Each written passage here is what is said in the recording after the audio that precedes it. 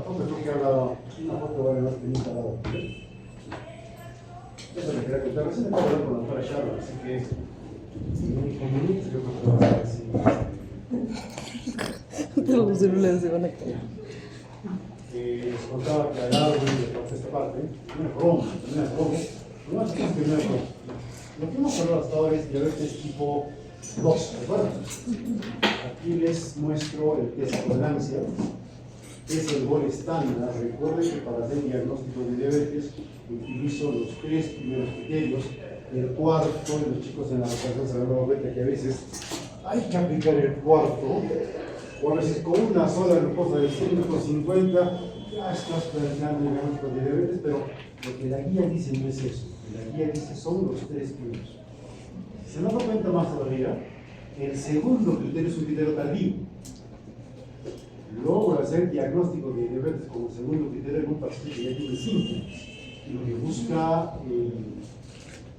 se busca en diabetes es hacer un diagnóstico temprano. Para eso me sirve el primero y el tercero. Y cuando tengo mucha duda, recién voy al gol estándar. El gol estándar es la prueba de tolerancia oral a la glucosa. Es una prueba donde el paciente debe tomar 75 gramos de glucosamida. Glucosamida aquí en Cusco sale muy caro, pero también se puede usar acá azúcar impalpable. Eso lo ven acá en Plaza Vea, en la canasta, en Orión, hay. El líquido es bien dulce y lo que me interesa es la glucosa con la que arrancas y la glucosa a las 2 horas. Esas son las más importantes.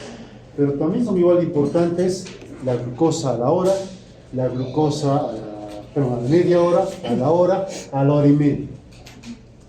Son importantes. Está empezando a haber un consenso para hacer el diagnóstico de diabetes con las glucosas del medio. ¿Con cuánto hago el diagnóstico de diabetes? ¿Recuerdan? Si me sale 126 o más acá y me sale más de 200 acá. 2 glucosas, listo, diabetes. Hace poco se está implementando un nuevo método, que es la glucosa a la hora, por encima de 250. Si tienes una glucosa a la hora por encima de 250, junto con una glucosa de ayunas que sale por encima de 126, ya, diabetes. Entonces, digamos, el test corto está de moda, mejor dicho, es nuevo, pero no deja de tener, mejor dicho, no deja de tener validez el test de tolerancia clásico. Hay un criterio más, si quieren. El test de tolerancia es una prueba bien engorrosa, donde el paciente está sentado en el laboratorio tomando un líquido azucarado y permitiendo que le pinchen 5 veces, a veces 6, a veces 7, para hacer esta curva. Hacemos una prueba de ese tipo y imagínense lo que demora, ¿no? Te pinchan en ayunas, luego a prepararte jugo dulce, luego te lo tomas, luego pasa media hora, segunda muestra, tercera muestra, cuarta muestra. Es latosa la prueba. Se reserva para aquellos casos en los cuales no tengo certeza del diagnóstico, especialmente para esos casos. O a veces se puede, a un paciente que llega con una glucosa de, a ver, ejemplo, para un paciente que llega, doctor, quiero saber si tengo diabetes. Polidipsia, no. Polifagia, no. Estoy en test de tolerancia. ¿Está bien o no? ¿Por qué no? ¿Por qué no? ¿Qué cosa va a gastar el paciente? ¿Tiempo y dinero? ¿Me invalida la prueba? No. ¿Es práctico? No. De repente hay una mejor opción. Pues no confundan un método que esté contraindicado, eso es otra cosa, con un método que sea más engorroso, pero pueda ser útil, con otro método que es más simple, pero que de repente no me da cosas intermedias. Por lo tanto, me da solamente un diagnóstico de diabetes, prediabetes, no diabetes y nada más. El test de tolerancia me puede dar diagnóstico de diabetes incipiente, me puede dar diagnóstico de riesgo de diabetes, más información. ¿Hasta estamos de acuerdo? ¿No? Este test de tolerancia solo se aplica a pacientes hospitalizados, ambulatorios, no a pacientes hospitalizados, porque el paciente hospitalizado por el estrés de la hospitalización me va a arrojar resultados falsos positivos. Este test se solo a pacientes ambulatorios. En pacientes hospitalizados, como les contaba la vez pasada, el diagnóstico lo hago con una hemoglobina glicosilada de 8 o más. ¿De acuerdo? Cuando tengo dudas, si el paciente viene con 300 de azúcar en la hospitalización o 400 de azúcar, ¿puede ser por estrés? Sí, puede ser por estrés. Claro que puede ser por estrés. Y la pregunta será, ¿este pata me ha hecho 400 ahora que está hospitalizado o antes? Y ahí viene la anamnesis. ¿Usted tenía poliuria, poliuria? Claro, no van a preguntar así, ¿no es cierto? ¿Tiene poliuria? Sí, así se llama mi perro. ¿Orina mucho? En la noche se levanta a hacer pichi. Sí, mucha sed. Sí. ¿Hace cuánto? 15 días antes de la hospitalización. Ah, ¿qué cosa es? Diabetes, ¿cierto? No hay dudas. ¿Por qué no hay dudas? Porque es un caso severo, avanzado. Cuando son casos incipientes es cuando viene la duda. Y cuando viene la duda, aplicas el test de tolerancia. Si es que está indicado. ¿Qué más? Vamos a avanzar ahora con esto que vemos en la clase de los tipos de diabetes. ¿Ya? Hay básicamente 4 tipos de diabetes.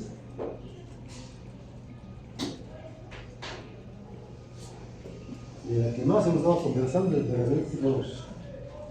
Estos cambios en la organización reciente, el aumento de obesidad, cada vez más gordos, tiene que ver con diabetes tipo 2. Con la tipo 2. Pero hay otros tipos de diabetes y son más o menos sencillos de diferenciar uno de otro. La diferencia, por si acaso, el test de tolerancia, que te acabo de mostrar, los criterios diagnósticos se aplican para cualquier tipo de diabetes, excepto diabetes gestacional. La diabetes gestacional tiene otra forma de diagnóstico.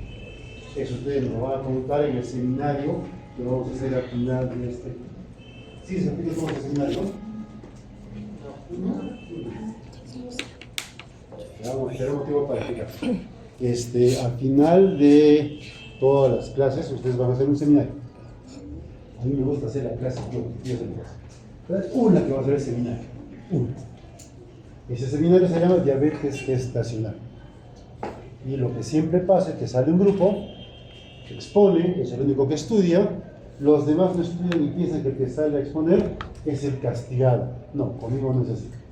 Para todos, de acuerdo al grupo de rotación, van a... Fuera café. Fuera café. ¿Quién tiene el segundo gusto de verte el café hasta acá? Un punto más. A ver. ¿Estoy yo? Un punto más. Rocío, a tenerlo en cuenta. Y sin azúcar. Sin azúcar. ¿Ya? Bien. 5 grupos. Yo les voy a dar los temas. 5 grupos. Todos los grupos presentan el trabajo. Todos los grupos. Me lo mandan al correo, me mandan las diapositivas. Y lo que vamos a hacer el día del seminario es sorteo. Sorteo. Un grupo va a ser el que va a salir sorteo y expone su nota de lo que expone. Un segundo grupo es el grupo panel, que es el que va a hacer preguntas al grupo expositor. ¿Con qué objetivo? De hacerle caer. Es guerra sucia. No, es guerra, no es sucia, es guerra. Es guerra. Obviamente la pregunta tiene que ser pertinente, no van a preguntar, dime el peso molecular de la insulina, jajaja, no sabes. No va a ser.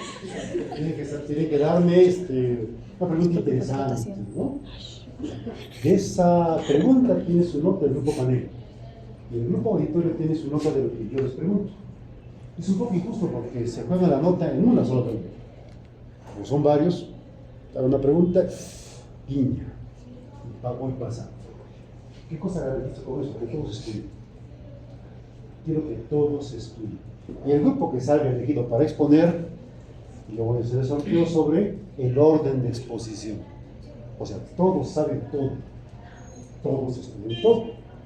Es divertido, van a ver, sobre todo la parte de calificaciones.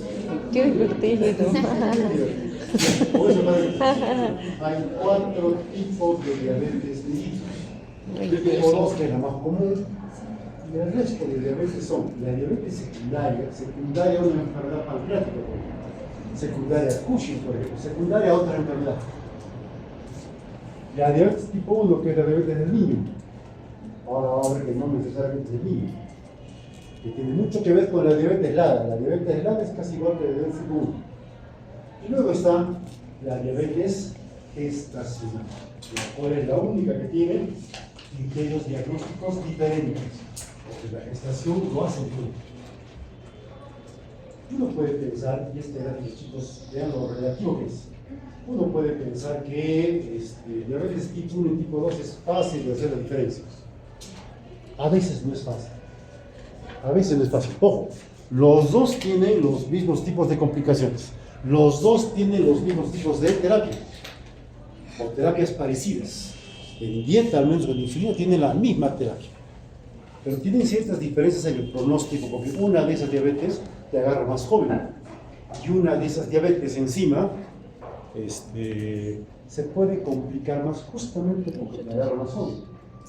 Y tienen terapias similares.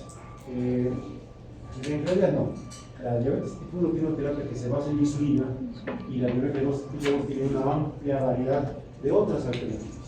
Entonces es importante muchas veces diferenciar una de otra. Y esto vamos a dedicar los siguientes 3 minutos. Vean, la diabetes tipo 2 que la que hemos estudiado es una diabetes que habitualmente ocurre en personas más grandecitas que la diabetes tipo 1, que tiende a aparecer en niños púberes, normalmente 14, 15 años, o es un poquito antes, 8 años, 9 años. ¿Dónde hay resistencia a la insulina? En la 2. En la 1, ¿qué cosa hay? Ausencia de insulina o insulinopenia. Esta es la diferencia grande entre las dos. Entonces, la resistencia de la insulina para que se presente requiere tiempo. Eso hace que la diabetes tipo 2 aparezcan en personas más grandes, mayores, más viejos. Mientras más viejo eres, más riesgo tienes de ser diabetes tipo 2. Por lo tanto, tiene un chico de 14 años con glucosa alta. ¿Qué será? ¿Tipo 1 o tipo 2? De repente es tipo 2. Ahí viene lo relativo de la edad. Porque como les contaba en la clase anterior, mucha gente por esto de comer mucho y hacer poca actividad física tiene diabetes tipo 2 a tempranas edades. Esta lámina es todavía del año de hace 20 años. Punto de corte 60 años. Ese punto de corte iba bajando. Actualmente sale de 30 años. Tenemos aquí en Cusco chicos con 18 años, 15 años, 14 años, 8 años con diabetes tipo 2. Vean que la edad es relativa. 2. El diabético tipo 1 no tiene insulina, ¿correcto? Él rápidamente hace síntomas jodidos. ¿Qué síntomas jodidos? Polidipsia, poliuria, rápido. El diabético tipo 2 no. Recuerdan que la resistencia a la insulina tiene un tiempo. Eso hace que la clínica aparezca poco a poco. Pero también recuerdan que los diabéticos tipo 2, muchos de ellos no le hacen caso a los síntomas. ¿Tienes algo? No tengo nadie, tiene 200 de azúcar. Cuando hacen cetoacidosis, recién nos damos cuenta que era diabetes. Entonces, un paciente con diabetes tipo 2 puede debutar con síntomas floridos, sí es posible. En otras palabras, si la clínica es gradual, debe ser diabetes tipo 2. Si la clínica es agresiva, también puede ser diabetes tipo 2, también puede ser diabetes tipo 1. ¿Queda claro? Véanlo. En el diabético tipo 1, ya lo van a ver más tarde, estos pacientes, si no hacen terapia, hacen cetoacidosis diabética. Y el diabético tipo 2, por definición, por teoría, me hace más estado hiperosmolar. Después van a ver por qué. Les voy a adelantar. En la cetoacidosis diabética, para que haya, requiero 0 de insulina. 0. En cambio, en el estado hiperosmolar, basta que tenga un poco de insulina. Un poco de insulina suficiente para bloquear lipólisis.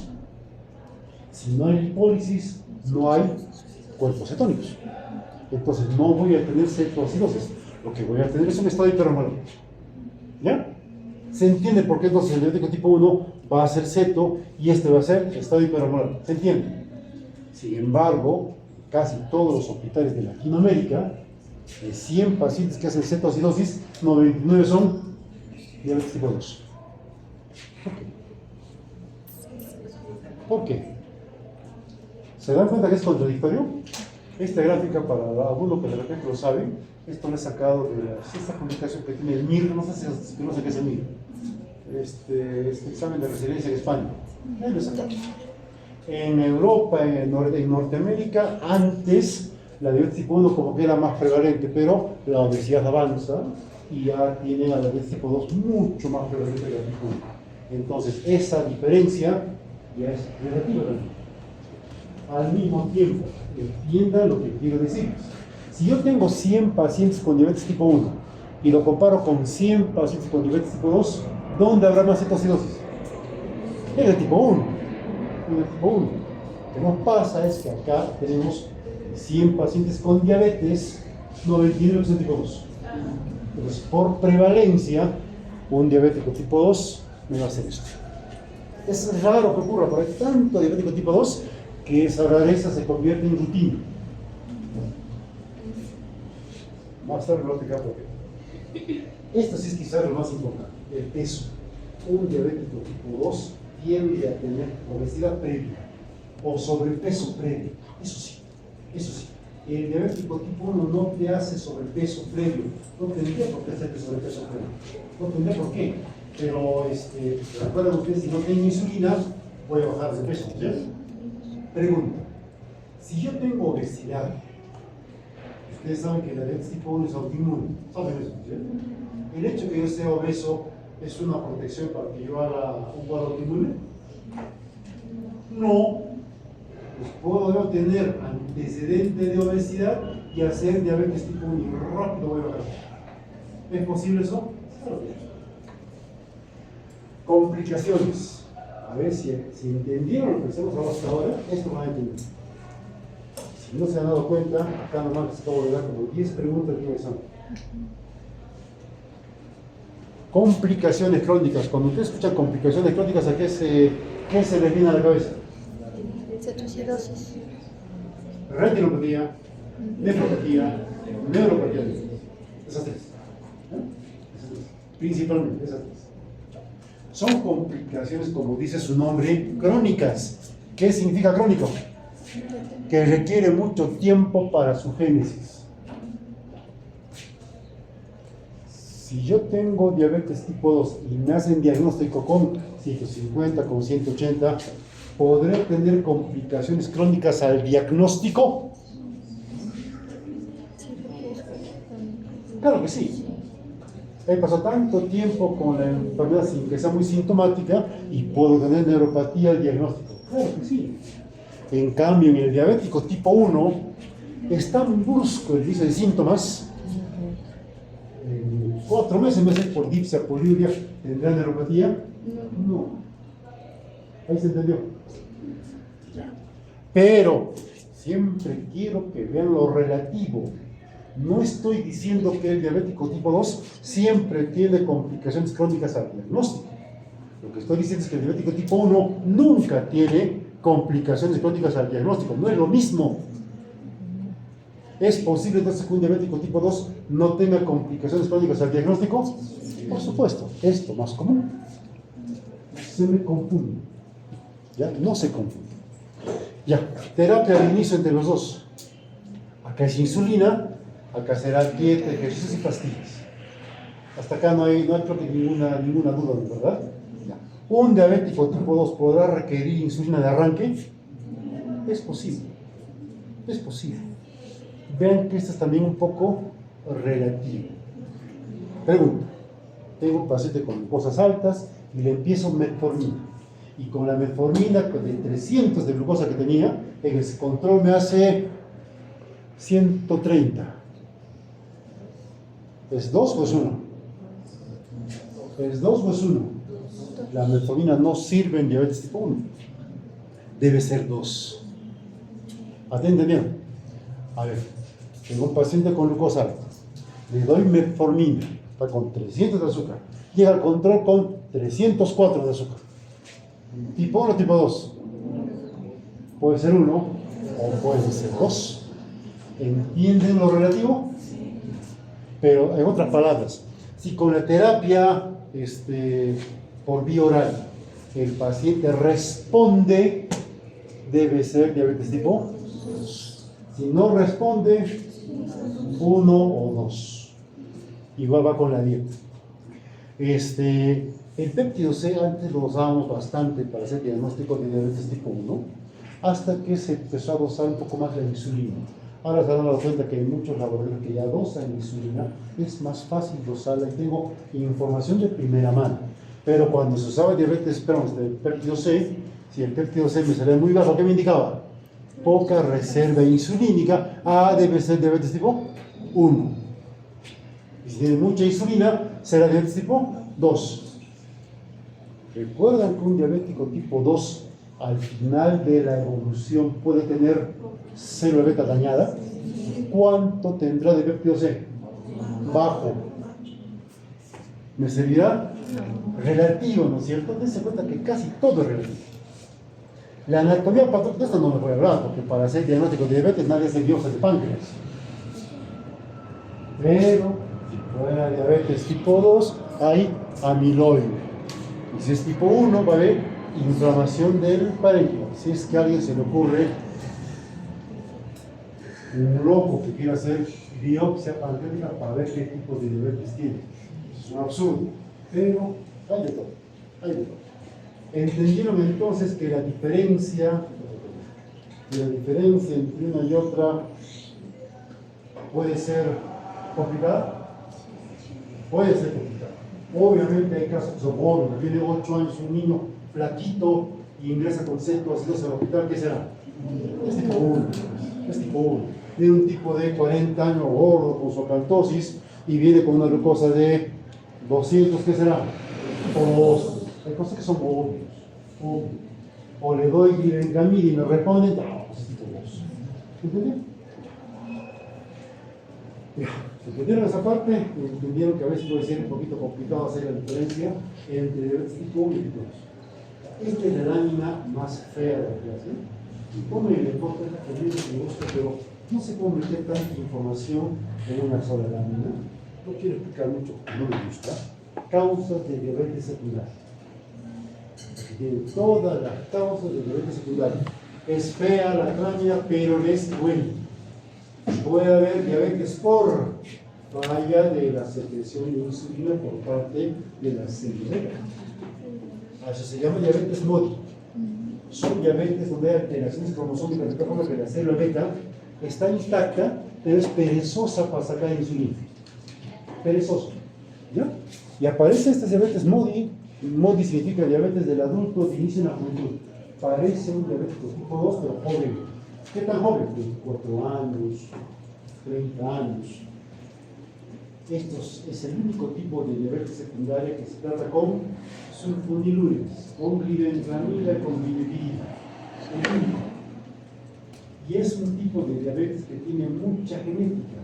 Yo tengo diabetes tipo MODI y mi hijo tiene, mi hermano tiene, mi papá tiene, mi abuelo tiene, todos tienen. El MODI. ¿Ya? El único tipo de diabetes secundaria que se trata con sulfonilureas. ¿Se podrá tratar con insulina? ¿Con la insulina? Escuchen la pregunta que les acabo de hacer. ¿Puedo tratar con insulina? Puedo. Y les pregunto, ¿debo tratar con insulina? Es otra pregunta. No se confundan, debo confundir. Defectos genéticos en la acción de la insulina, o sea, una resistencia a la insulina severa, genética. Hay muchos síndromes, sobre todo el hipertensismo. ¿Recuerdan ustedes la acantosis nigricans? ¿Qué significa eso? Resistencia a la insulina. ¿Diabetes tipo 2? A veces tú naces con resistencia a la insulina desde niño y vas a tener todo tu cuerpo con acantosis nigricans. Ese es el hipertensismo. ¿Cómo trato el hipertensismo? Me hacen diabetes a las... Profesor, disculpa por interrumpir su clase. Me olvidé una cosa que puedo sacarla, por favor. Nace el niño con toda acantosis. ¿Cómo estará su glucosa? Alta. ¿Cómo estará su insulinemia? Alta. ¿Cuál será la terapia? Insulina. Es el único tipo de resistencia a la insulina que tienes que tratar con insulina. ¿Y por qué? Porque como son niños, son neonatos, la metformina no ha sido, ¿cómo les puedo contar? Validada para terapia en esos casos. Mientras no tenga su validación, no se puede usar. ¿Claro? Rapsomen, déjate decir. Enfermedades del páncreas, por supuesto, en pancreatitis aguda, crónica, ustedes ya han hecho gasto. En gasto, recuerdan que en pancreatitis aguda, la hiperglicemia es un pronóstico. ¿Qué significa eso? Daño de la célula beta, avance de la pancreatitis. Cualquier enfermedad pancreática puede llevar a diabetes. ¿Y a qué tipo de diabetes se parecerá? A la tipo 1. Porque como se daña el páncreas, no hay insulina. Endocrinotoxinas. ¿Alguien recuerda cuáles son las 4 hormonas contrarreguladoras? Glucagón, cortisol. A la cabeza, glucagón, cortisol, catecolaminas, hormonas de crecimiento. Son hormonas hiperglicemiantes. Por lo tanto, si tengo un tumor de esas células que producen esas hormonas, ¿podrá haber diabetes? Por supuesto que sí. Ahí está, acromegalia. O mejor, el tumor se llama somatotropinoma. 2, síndrome de Cushing, glucagonoma, feocromocitoma y otros tumores más que aparecen en la primera línea, los más importantes. Cuando aparece diabetes en ese tipo de pacientes, se comporta casi como un paciente con diabetes tipo 1. La terapia será entonces insulina. Vean que hasta hay hipertiroidismo. Es raro, pero conozco. Inducido por drogas, ¿cuál es la principal droga que puede inducir hiperglicemia? Corticoides. Y de los corticoides, ¿cuál es el más usado en el Cusco? En el Perú. El Cuscoyor no usa, sí se usa televisión. Eso lo venden hasta acá en el Morión. Dexametasona, que lo venden sin receta médica, y la gente que le duele la espalda, no sé qué cosa le duele, se puso un buen antiinflamatorio, que calma el dolor. ¿Cuántos pacientes hemos visto con Cushing medicamentoso por dexametasona con glucosas altas? ¿Cómo se trata esos casos? A ver. Sentido común. Se suspende la medicación. Y la diabetes se va. O podría no irse, depende del daño de la célula beta. Ustedes entenderán que si uso dexametasona, ¿qué pasará con mi glucosa? Si lo uso por mucho tiempo en cierto tipo de pacientes, ¿qué pasará con la glucosa? Se ve elevada. ¿Qué significa que la glucosa se eleve? Que el páncreas no jala. El páncreas no jala, no puede. No entiende cuando no jala. No puede. Quito la dexametasona, ¿qué pasa con la glucosa? Empieza a bajar y ahora el páncreas ya puede. ¿Qué significa? Que ese paciente tiene cierto déficit en su célula beta. ¿No es verdad? Porque, a ver, ustedes, yo tomo la dexametasona, ¿nos da diabetes? No. Ellos usan por mucho tiempo y cierto tipo de pacientes le hacen diabetes secundaria corticoide. ¿Cómo se trata? Suspende corticoide. Y acá viene el problema. Si es que está indicado. Porque si yo estoy usando corticoides por indicación médica, porque tengo pénfigo, porque tengo artritis reumatoide, porque tengo lupus, quito la prednisona, mi glucosa se normaliza, el lupus se activa. Y hago neurolupus y te convulsionas. Que se fica convulsionado, pero con glucosas normales. ¿Absurdo? Absurdo. ¿Cómo trata entonces? Le doy la prednisona porque el lupus es una enfermedad peligrosa, o la artritis, o el pénfigo, qué sé yo, y le voy dando insulina porque esa célula beta no jala más. ¿Simple? Sí. Otra causa de diabetes secundaria, infecciones, la storch, rubiola, citomegalovirus, es frecuente, felizmente. Estos síndromes poco raros, síndrome de estigma, el hambre rígido, no se ve mucho. Y acá viene otros síndromes directos más o menos comunes, Tarde, el Klinefelter, el Down, son enfermedades donde hay más riesgo de hacer diabetes por falla de la célula beta. Pero, acá viene un pero. Ustedes conocen seguramente muchos chicos con Down. No les digan cretinos, no les digan mongolitos, que se entiende peyorativo. Su chico que tiene mal. o chicas con Talbot, o chicos con Klinefelter, ya, ¿ellos podrán tener obesidad?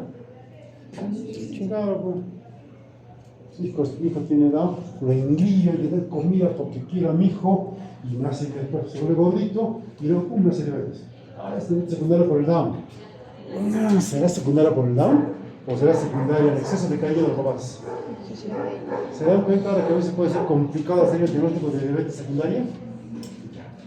Si fuera diabetes por el propio Down, le doy metformina o glibenclamida, ¿responderá o no responderá? No va a responder. Si es por sobrealimentación, responderá o no responderá. Sí va a responder. O sea, a veces la terapia le da el diagnóstico. Bueno, acá hay otras enfermedades, como Oscar si uno de padre Willy, el Down es von Bieder, son enfermedades donde existe, por problemas genéticos, una hiperfagia que lleva a una obesidad. O sea, casi como que sería una diabetes tipo 2, donde la hiperfagia es genética. Este gráfico creo que ya lo han visto. Esta es la diabetes grave. Antes de ver la diabetes grave, quiero contarles la diabetes tipo 1. Entre el tipo 1. Vean esa masa de célula beta. ¿Qué pasa en la diabetes tipo 1? Las células beta pueden, por ejemplo, el sistema inmune puede verse invadido por ciertos antígenos que lamentablemente se parecen a los propios antígenos que tiene la célula beta.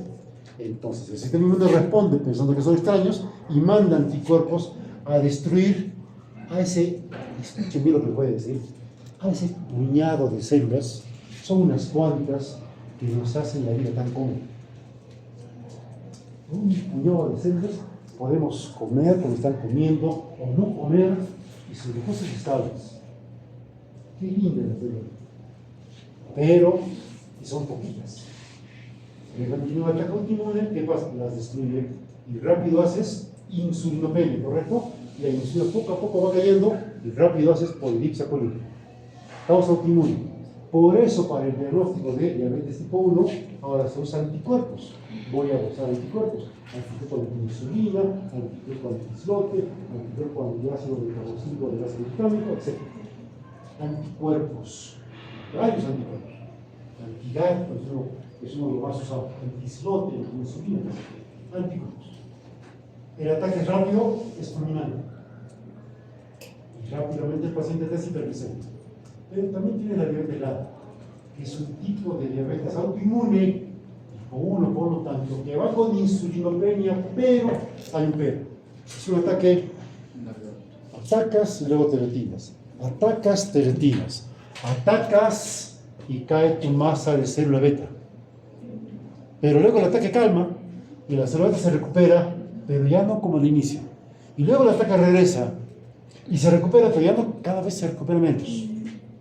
Hasta que llega un punto donde la cantidad de célula beta ya es insuficiente para mantener glicemia y ahí hago el diagnóstico. ¿Qué edad tengo? 40, 50 años. Diabetes tipo 2. Pregunto, ¿tiene cada vez poca y poca insulina? Sí. ¿Serán obesos? Por supuesto. Esa es la diabetes grave. Algunos llaman a esta diabetes 1 y medio. Y de la 1 tiene un poco de la 2 por la edad. Ya chicos. Anticuerpos que se utilizan para el diagnóstico de diabetes tipo 1 bipolada. Ahí tienen el anticuerpo anti-descarboxilasa de ácido glutámico, el anticar, anticuerpo anti-islote, anticuerpo anti-insulina, hay varios. El que más usamos es el primero. A veces ya no es necesario usar el primero. Pero sepan que la diabetes tipo 1 es autoinmune. Y la diabetes por pancreatitis es una diabetes por insulinopenia secundaria pancreática. No es lo mismo, pero tienen la misma terapia. Sigamos. Pues vamos a hablar un poquito más de cerca. Bueno, ya les he contado la diabetes tipo 2. La resistencia de la insulina que está detrás. Recuerden este concepto claro. Cuando una hormona se encuentra resistida, aumenta su concentración. Entonces la resistencia de la insulina, ¿cómo se manifiesta? Por hiperinsulinemia. ¿Cuánto es lo normal de insulina en ayunas? 17, 20, por ahí hasta 24 máximo. Y 2 horas después de comer, no más de 70, 80. Hace poco vi un paciente con 500 de insulina en postprandial. Y se tiene tremenda resistencia a la insulina. Ojo, la resistencia a la insulina antes de que haya diabetes va con glucosa normal, por supuesto. No hago diagnóstico de diabetes con insulina. Yo hago diagnóstico de diabetes con glucosa. ¿Qué cosa? ¿Para qué me sirve entonces la insulina? Para hacer diagnóstico de resistencia a la insulina. Para eso, una forma más exacta de hacer diagnóstico de resistencia a la insulina es pedir esta prueba, HOMA, que es una relación entre la insulina y la glucosa, insulina en el numerador, glucosa en el denominador en milimoles. No hay un consenso todavía para este score. Si se dan cuenta, si tengo mucha insulina, ¿qué pasará con una glucosa normal? El HOMA va a ser mayor, ¿correcto? Me diagnostica resistencia a la insulina. 3.1 usan la mayoría, otros usan 2.7, hay discrepancia. Yo les pregunto, si aparece glucosa alta, ¿qué pasa con esa relación? ¿Sube o baja? Baja. Entonces yo puedo hacer diagnóstico, porque va a subir el denominador, entonces la relación puede bajar. Yo puedo decir, no tengo resistencia a la insulina porque mi HOMA salió en 1.5. ¿Qué significa eso? Estoy usando el HOMA mal. El HOMA se usa en normoglicemia. Ya hace diabetes, si no ve resistencia, llegaste tarde, ya te atrasaron. El concierto ya empezó. Algo así. Después les voy a hablar sobre el diabetes relativo de insulina. ¿Se puede notar el cursor sobre la pantalla? ¿Se ve? No se ve mucho, ¿no? Eso que he puesto pilas negras. Ya, ¿acá preguntas? ¿Preguntas? ¿Queda claro? A ver. Esta es acá.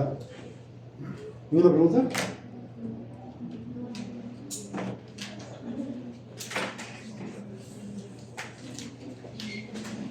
Edison, ¿quién es Edison? Ah, Dana, Valeria, Dana, Rubí, Viviana, niña de Durán, Vivi, Cristel, José Marcelo, Alberto, Ariana, Isabel, Yera, perdón.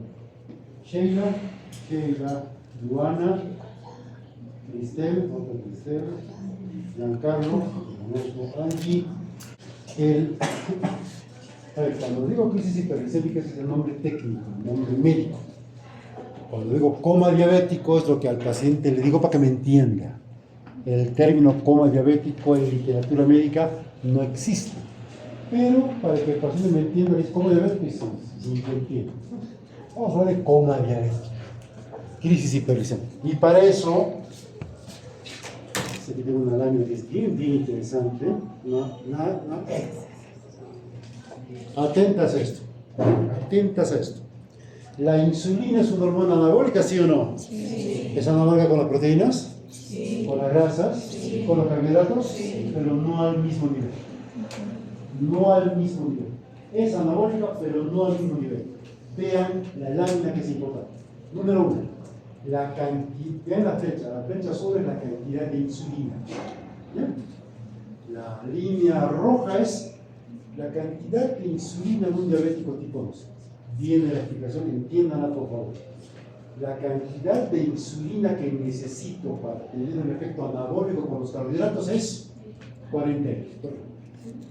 La cantidad de insulina que necesito para tener un efecto anabólico con las proteínas es un poquito menos, 25 veces.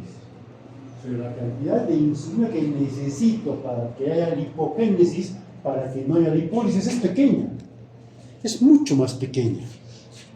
En otras palabras, ¿para cuál de los tres, la proteólisis, la glucólisis o la lipólisis, cuál de los tres es más fácil proteger con la insulina? La lipólisis, porque requiere una pequeña cantidad. ¿Queda claro? Un diabético tipo 1 tiene insulina, no tiene. Entonces está expuesto a la y va a hacer lipólisis. Acá la palabra clave es lipólisis. ¿Y qué pasa con un diabético tipo 2? El diabético tipo 2 tiene insulina insuficiente para hacer proteogénesis, para bloquear lipólisis, pero suficiente para bloquear cambio. Creo que me confundí. Creo que en un diabético tipo 2, esta línea, tengo suficiente cantidad de insulina para que no haya proteólisis, para que haya proteogénesis, ¿sí? Pero insuficiente para, o mejor dicho, suficiente para que no haya lipólisis. Vean,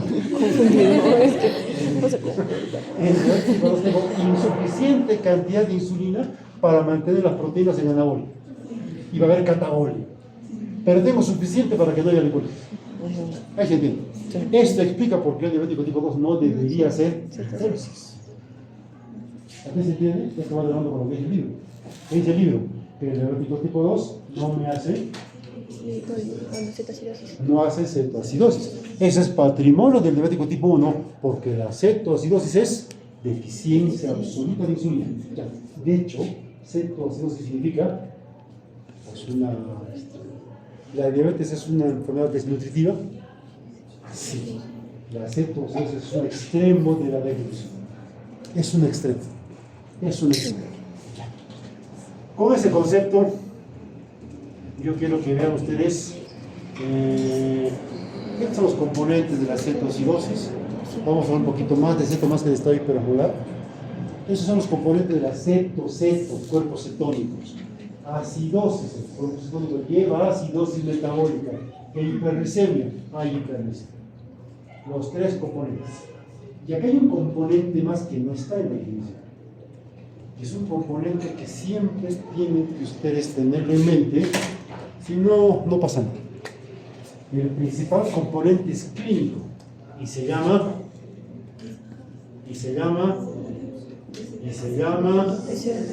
deshidratación. ¿Y la deshidratación cómo se manifiesta? Presión baja, frecuencia cardíaca alta. Esto es lo más importante de todos. Y no está en la definición. ¿Ya? Y no está en la definición. ¿Y cómo hace que te deshidratas en cetoacidosis? Ahora vas a ver. ¿Qué pasa en cetoacidosis? Recuerden ustedes, voy a poner esta lámina, este equilibrio. Insulina en un plato y hormonas contrarreguladoras en otro. Y hay un equilibrio 1 contra 4. Pero la insulina trabaja, hace su chamba. ¿Qué pasa? Recuerden otro concepto más. ¿La insulina me bloquea lipólisis? Sí. ¿Las hormonas contrarreguladoras cuáles son? Eso. Todo eso que han mencionado, glucagón, bla, bla, bla, son hormonas lipolíticas. Estimulan la lipólisis, bloquean la lipogénesis. O sea, ¿pueden producir esas hormonas anticuerpos, cuerpos cetónicos? Sí. Por supuesto. ¿Pero quién las bloquea? Insulina.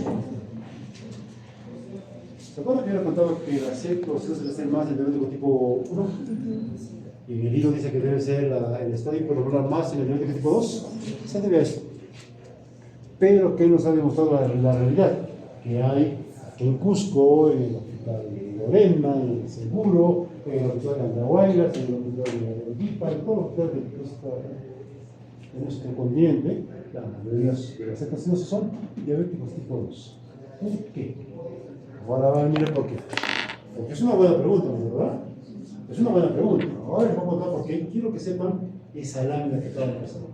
Vean esto. Medina. 4 años. Tiene diabetes hace 5.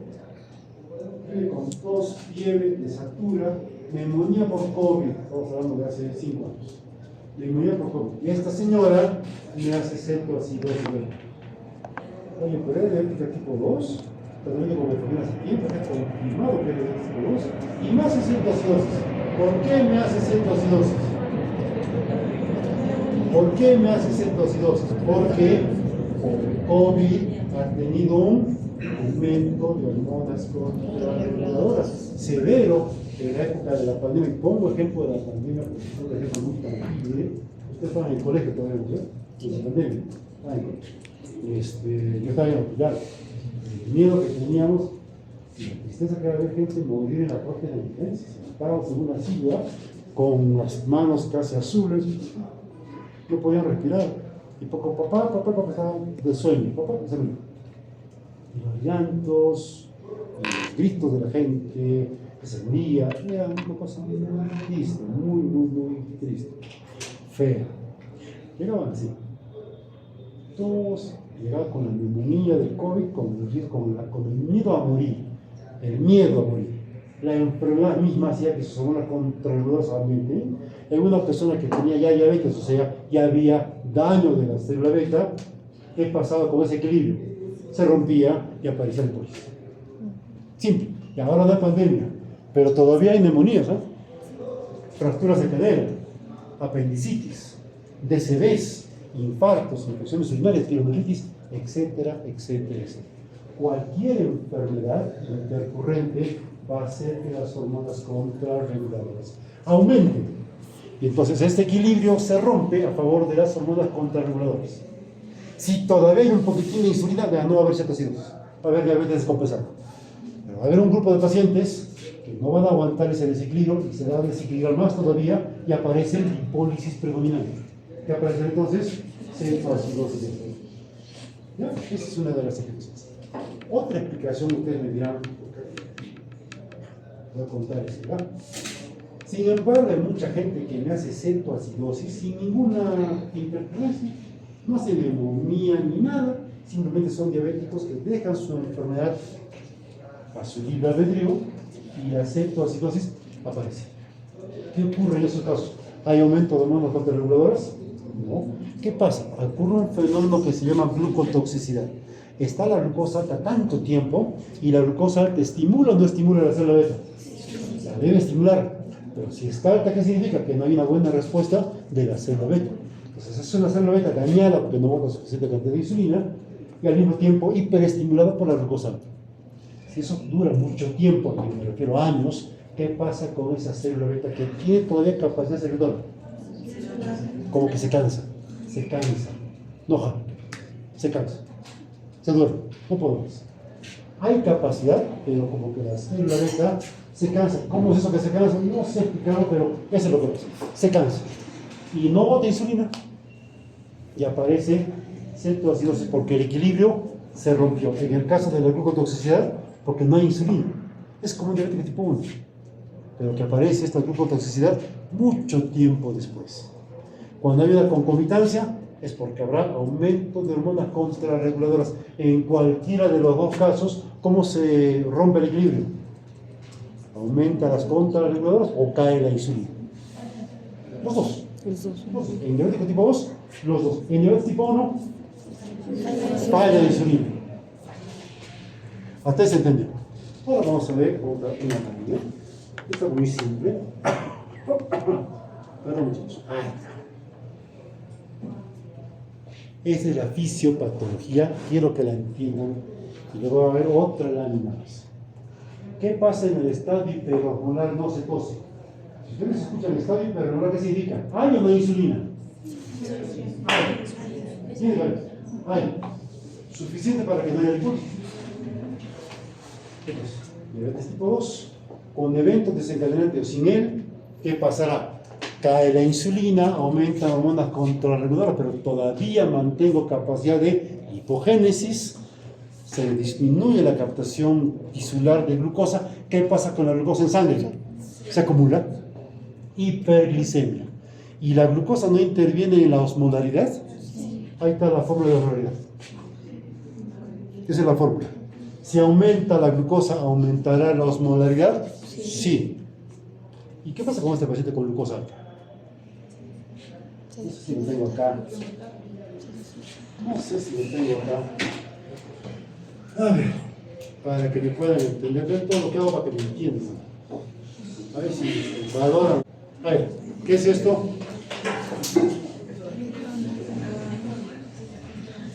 Esa lámina no es mía, ya la he copiado de internet. Es un glomero. Aquí tengo la arteriola. No se preocupe de estar dibujando el glomero, tomar fotos, que me escuche. Arteriola frente, glomero, arteriola frente. Cápsula de Bowman, esto que será contorneo proximal, Hegel distal colector. ¿Qué pasa si yo tengo, por ejemplo, 120 de azúcar? ¿Cuánto se filtra en la cápsula de Bowman? Los 120. ¿Cuánto se reabsorbe? 120. ¿Quién reabsorbe? Un transportador de glucosa que se llama SGLT2, muy famoso en los últimos meses. Muy famoso, ¿no es cierto? Todo el mundo habla de eso. Entonces, 120 que se ha filtrado menos 120 que se ha absorbido, ¿cuánto queda para la misión? Nada. ¿Qué pasa cuando tengo, por ejemplo, 180 de glucosa? ¿Cuánto se filtra? 120. ¿Cuánto se reabsorbe? 180. ¿Cuánto queda? Nada. ¿Y qué pasa si tengo, por ejemplo, 200 de azúcar? ¿Cuánto se filtra? 200. ¿Cuánto se reabsorbe? 180 es la tasa máxima de reabsorción renal de glucosa. 180, 190, 170 calorías. ¿Ah? Entonces, acá ya hay un delta, ya hay una diferencia. ¿Cuánta es la diferencia? 20. ¿Qué es eso? Glucosuria. ¿Y la glucosa jala agua? ¿Qué aparece? Poliuria. Y te empiezas a deshidratar. ¿Por qué un paciente con cetoacidosis o estado hipermolar se deshidrata? Por diuresis osmótica. ¿Qué es eso? ¿Qué orinas azúcar? Y este azúcar jala agua. Eso es diuresis osmótica. Tú dices diuresis osmótica y un pata que no te lee bien no te entiende eso. ¿Qué es eso? Igual que el manitol. Igual que el manitol. Es un diurético osmótico, jala agua. Eso es todo. Eso es todo. Estos pacientes se deshidratan. Recuerda que acá vas a orinar un montón, pero ¿qué pasa para que no te deshidrates? ¿Qué cosa ocurre? Polidipsia. Entonces, ¿qué pasa para que te deshidrates? Algo va a tener que pasar, ¿no? Ahora les voy a contar ese algo que pasa. Tiene que ver mucho con la osmolaridad. Voy a aprovechar la lámina. Aquí trabaja el SGLT2. ¿Qué hace esas pastillas? Empagliflozina, dapagliflozina. ¿Qué hace? Inhibe a este transportador de tal forma que me va a reabsorber glucosa solamente cuando esta sube de 60. Empagliflozina, dapagliflozina son medicamentos que están de moda. ¿Qué cosas son? Glucosúricos. Generan glucosurio, nada más. Son diuréticos. ¿Listo? Que aumenta la sobrevida, que es la última maravilla del mundo. Son buenos medicamentos, pero tampoco. Ahora sí entienden qué es diuresis osmótica. Ya. Pero aquí hay algo más. La osmolaridad empieza a subir. ¿Qué pasa cuando sube mucho la osmolaridad? Algo más. Si te caes, habrá polidipsia. ¿Habrá polidipsia? No, pues. No. Entonces explica que te deshidrates. Ahora, ¿me entienden? Te deshidratas. Y al orinar, ¿qué cosa va a salir aparte de agua y glucosa? Sale sodio, sale potasio, hay un desequilibrio hidroelectrolítico. Y como cae la presión arterial, hay una azoemia prerrenal. Aumenta la creatinina. ¿Cuál será la terapia? Insulina. ¿Qué será la terapia? Agua, te estás deshidratando. Agua.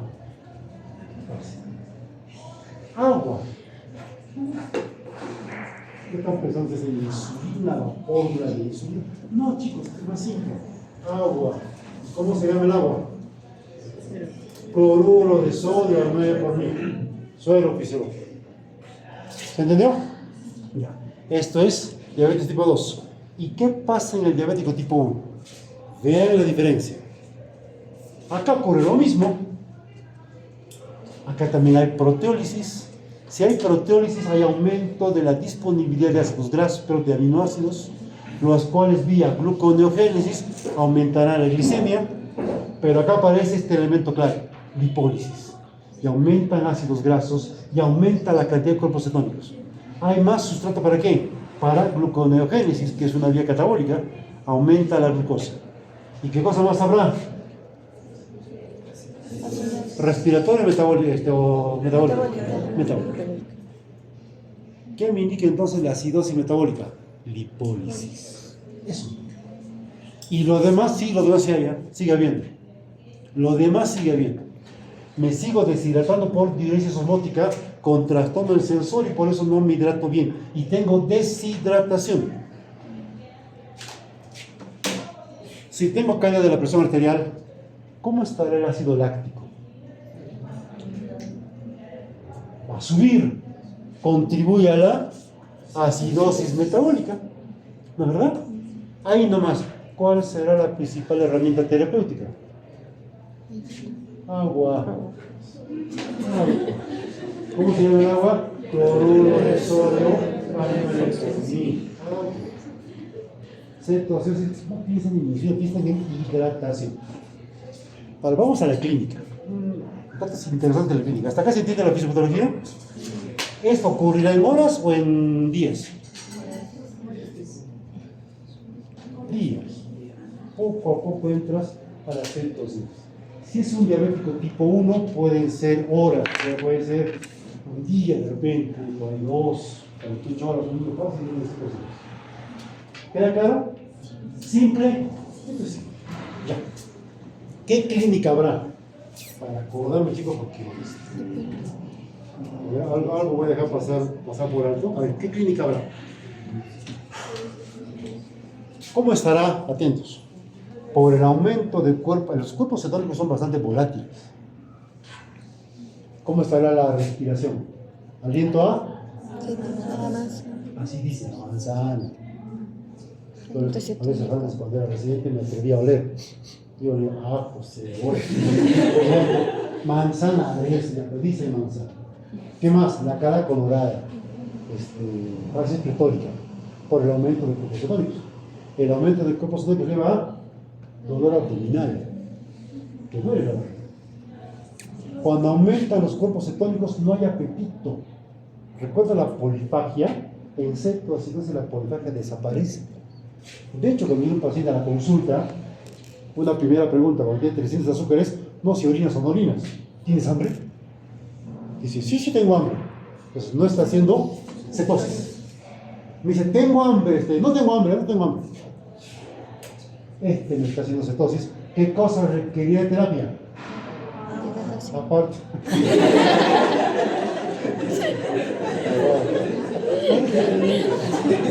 Es un paciente consciente, está yendo a la consulta. ¿Creen ustedes que él va a decir, yo no voy a tomar agua aunque tenga sed porque el doctor no me ha dicho? Claro que va a tomar agua. Está consciente.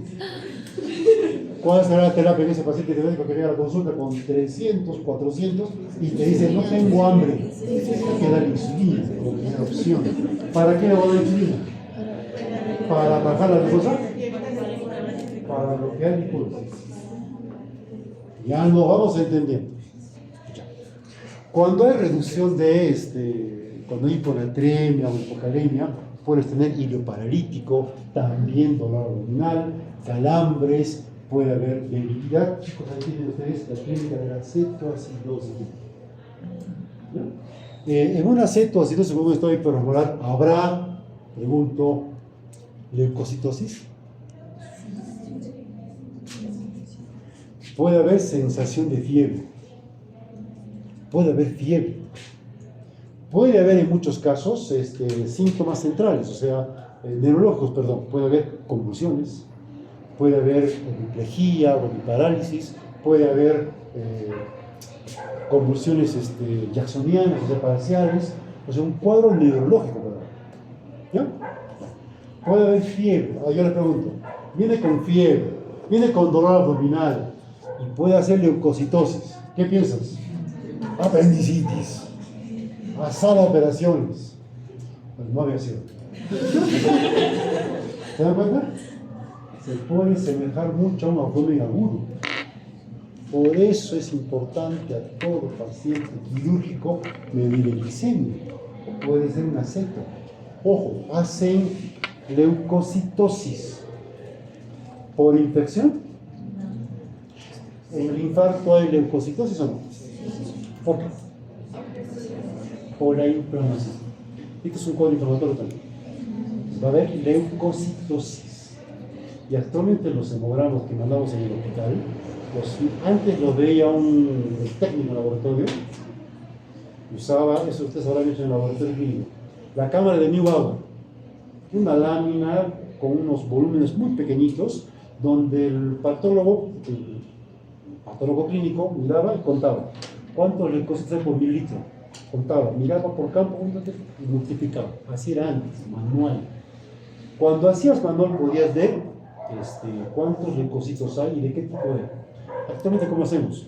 Mandas a la máquina y la máquina te bota el resultado. En un papelito que te sale el hemograma. ¿Saben qué cosa no se ve ahora? En los hemogramas, incluso en pacientes con infecciones, ves la leucocitosis, pero hay un dato que no se ve, que es la cantidad de blastos, los juveniles, la desviación izquierda, cuando hay los abastonados, cuando hay infección, salen glóbulos blancos juveniles, blastos, abastonados. Y si esa cantidad de abastonados es más del 10% del volumen de la cantidad total de glóbulos blancos, ¿qué dices? Infección. Leucocitosis con desviación izquierda, infección. Pero como ahora las máquinas solo me mandan leucocitosis, no me dicen cuántos abastonados hay, yo tengo en el hemograma leucocitosis y tengo derecho, si pues, a pensar en infección. ¿Me puede llevar a confusión? Sí, muchas veces que pedimos hemograma, por favor, leucograma manual. Saquen que desempolven su camarita de Neubauer y que cuenten con su relojito. Sí, pues a veces necesitamos eso, para ver si la leucocitosis es por infección o es por inflamación. Habitualmente es por inflamación. ¿Claro? Ay. ¿Ya han entendido hasta acá? Yo, cañón, contento. ¿Alguna pregunta? Entonces, si viene un paciente con poliuria, polidipsia, no tiene apetito, presión baja, tiene su neumonía encima, y viene con una cosa más o menos alta, ¿tengo para sospechar cetoacidosis? ¿Cómo confirmo? Haga electrolitos. Y aquí tienen ustedes los criterios diagnósticos de cetoacidosis diabética y de estado hiperosmolar en la parte derecha. ¿En qué consiste? ¿Cómo es? Así es. Entonces, atentos con esto. La cetoacidosis diabética, vamos a analizar, puede ser leve, moderado, severo. Yo quiero que vayan a la derecha de la lámina y vean, dice HHS, que es estado hiperosmolar. ¿Cómo tiene que ser la glucosa del estado hiperosmolar? Bien alta. Bien alta, al punto que al ser tan alta hace que mi osmolaridad plasmática esté por encima de 300 gramos. ¿Sí? Y por lo tanto tendré trastorno del sensorio. Trastorno del sensorio. ¿Recuerdan que en la clínica no les he mencionado trastorno del sensorio? Pues, ¿por qué creen que se llama coma diabético? Porque hay trastorno del sensorio. El paciente está con toda la clínica que les cuento y llega el día que entra a la emergencia y por eso acuden a la emergencia. Por el trastorno del sensorio, empiezan a hablar tonterías, cosas incoherentes, y por eso llegan a la emergencia. ¿Ya? En el estado hiperosmolar, ¿por qué hay trastorno del sensorio? Por el aumento de osmolaridad. ¿Y por qué aumenta la osmolaridad? Porque aumentó mucho la glucosa. Pero mira el punto de corte del pH. 7.3 es el pH que tienen estos pacientes o más. Por lo tanto, hay un bicarbonato que no está muy alto, por hecho que está no tan bajo, está más de 15. Más de 15. ¿Qué significa? Que no hay acidosis metabólica. Ese es el estado hiperosmolar.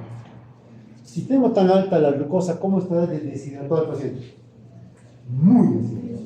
Entonces, entre la cetoacidosis y el estado hipermolar, ¿cuál va con más deshidratación? Por definición, el estado hipermolar. Por lo tanto, tiene mayor mortalidad. El estado hipermolar tiene más mortalidad. Felizmente no es tan frecuente. Vean lo demás, en un pH que se encuentra por encima de 7.3, tiene un bicarbonato que está por encima de 15. Está mal el signo, está al revés. Está por encima de 15, no hay cuerpos cetónicos, hay un aumento severo de la molaridad plasmática. El anion gap, ¿saben qué es la brecha aniónica? ¿No es cierto? Acá la brecha aniónica es pequeña, no hay, porque no hay aumento de ácido. Ya está. Y voy a estar en esporo con vapor, el trastorno de la osmolaridad. Y estoy bien deshidratado, presión baja, taquicardia, ya. La cetoacidosis, ahora sí vean las otras tres, tan diferente. En la cetoacidosis leve, yo quiero que vean primero el pH. ¿Cómo se encuentra el pH? Por debajo de 7.3. Saltas a 7.31, saliste de la ceto, así de la comida. 7.3 o menos, cetoacidosis leve. De 7.24 a 7, cetoacidosis moderada, menos de 7, severa. O sea, ¿qué cosa? ¿A qué le está dando importancia? A la acidosis metabólica. Ojo, acá el paciente también se deshidrata. Mientras en el estado hiperosmolar le doy importancia a la deshidratación y a la hiperglicemia, acá le doy importancia a la deshidratación y a la acidosis metabólica. ¿Cómo se ve el bicarbonato? En los casos leves, el 18 va bajando, no voy a explicar el año, más severo tengo la cetoacidosis, más bajo es mi bicarbonato. Y voy a tener aumento de cuerpos cetónicos en sangre y en orina. En sangre y en orina. ¿Cuáles son los cuerpos cetónicos? ¿Qué saben? Las tres. Ácido beta-hidroxilipídico, acetoacetato y ácido acético. Eso siempre tengo lo presente. Los tres varían en su concentración. En el Perú todavía no podemos usar, aquí ya está viendo una prueba para usar en sangre, porque tenemos acá que usar en orina. Cuerpo cetónico. ¿Qué me indica el aumento del cuerpo cetónico? Aparte de la lipólisis, ¿qué me está indicando? Una severa desnutrición. Claro. Y como tengo aumento de cetoácidos, mi brecha aniónica sube. Está por encima de 12, en el caso de 20, de 25. Y acá en la cetoacidosis diabética hay trastorno de sensor. ¿Por qué? ¿Por qué? Por la acidosis metabólica. Por la acidosis metabólica. El paciente se encuentra deshidratado. ¿Qué es lo menos importante en cetoacidosis? Glicemia. Ahí sí es lo menos importante. Sin embargo, a lo que más importancia le damos a veces en el control del paciente. Lo menos importante en cetoacidosis diabética es glicemia. ¿Qué es lo más importante? No se olviden de esto. Por algo le he puesto esto. Por algo le he puesto esto. Chicos. ¿Preguntas hasta acá? ¿Se entiende? Un poquito, cositas un poquito más específicas. Hay formas de poder medir, corregir el sodio, corregir la glicemia, fórmulas. Les voy a dar lo más importante. Lo más importante es lo que acaban de ver. Falta insulina o aumenta hormonas contrarreguladoras, aumenta la catabólica, aumenta la glicemia. Y si aumenta mucho, está hiperosmolar, con una gran deshidratación. ¿Qué es lo más importante ahí? Y el aumento de la glicemia. También en cetoacidosis lo que no tengo es insulina para que me bloquee la lipólisis. Por lo tanto, la lipólisis tiene carta libre. Se produce aumento de cuerpos cetónicos, acidosis metabólica. Pero también hay hiperglicemia, pero sobre todo también hay deshidratación. El trastorno de sensor en la cetoacidosis es por la acidosis metabólica. Y en el estado hiperosmolar por la hiperosmolaridad. En la cetoacidosis, de hecho, vean que el trastorno de sensorio depende del pH. Cuando el pH no está tan bajo, el paciente puede estar despierto. conforme va aumentando la acidosis metabólica, el sensorio va a ser cada vez peor.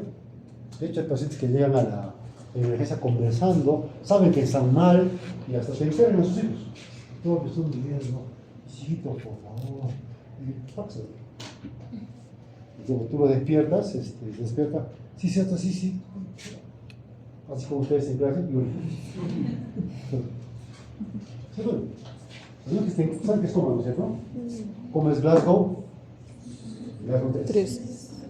Después puedes pellizcar hasta el pecho, o le pellizcas el pezón, eso duele un montón, o la uña. No sienten nada, hasta eso pueden ver. Pero ojo, eso es en casos severos. No voy a esperar, o está despierto, no es cierto, porque está despierto. No sé si viene algo más. Acá voy a... me olvidaba, ¿ves? Algunas cositas que para no olvidar. Cuando tengo pH bajo, y tengo un poco bicarbonato, clínicamente, ¿cómo se traduce? Puedo empezar a respirar, hacer una respiración taquipneica, casi de Kussmaul. ¿Saben cómo es Kussmaul, no?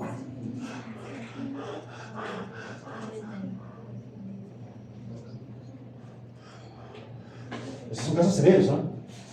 Voy a esperar a la noche Kussmaul. Basta que haga taquilla. ¿Por qué hace taquilla? Para liberar CO2. Porque el CO2, o sea, al ser liberado, va a hacer que el pH pueda empezar a subir y no baje tanto. O sea, es un mecanismo de adaptación. ¿Ya? Ya. Y eso ocurre, recuerden esto, en fases avanzadas. Al final casi va a pasar. Ya, respecto a la... Bueno, acá voy a pasar por alto todo esto. Acá no hay mucho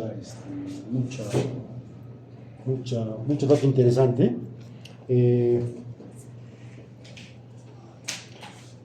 Por ejemplo, si un paciente llega a la emergencia con esta data, ¿qué le pasa? 6.9 de pH, ahí nomás, es centroacidosis severa o moderada. Severa. Mira la cantidad de bicarbonato. Para que ustedes puedan, para que no se olviden. Acá la clave es 4. ¿Cuánto es el pH normal? 7.4. 4 para arriba, 4 para abajo. 7.44, 7.36. La acidosis ya con 7.35 ya ya sospechando. En este caso es el 7.30, ¿no es cierto? ¿Cuánto es lo normal de PCO2? 4, 40. ¿Qué ves ahí? 30. Hipocámpnico, está empezando a barrer CO2. ¿Cuánto es el bicarbonato normal? 4, 24. 24, 6. ¿Qué está revelando? Menor cantidad de bicarbonato para compensar la acidosis metabólica. ¿Cuánto es lo normal de sodio? 140. Y acá veo un sodio de 156. ¿Qué significa? ¿Qué significa eso?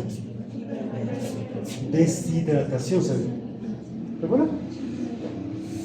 Potasio, ¿cuánto es lo normal? 4. Todos en 4. Ya, vamos a un punto aparte respecto al potasio. ¿El potasio es intra o extracelular? Intra. La hipercalemia es peligrosa, pero la hipocalemia es peligrosa. Te mueres. La hipercalemia también. 3. ¿Qué hace la insulina con el potasio? La mete dentro de la célula. ¿Qué pasa entonces si hay poca insulina? El potasio sale de la célula y entra a la sangre. Y el paciente en este caso con poliuria, ¿qué pasa con ese potasio? Se pierde en la orina.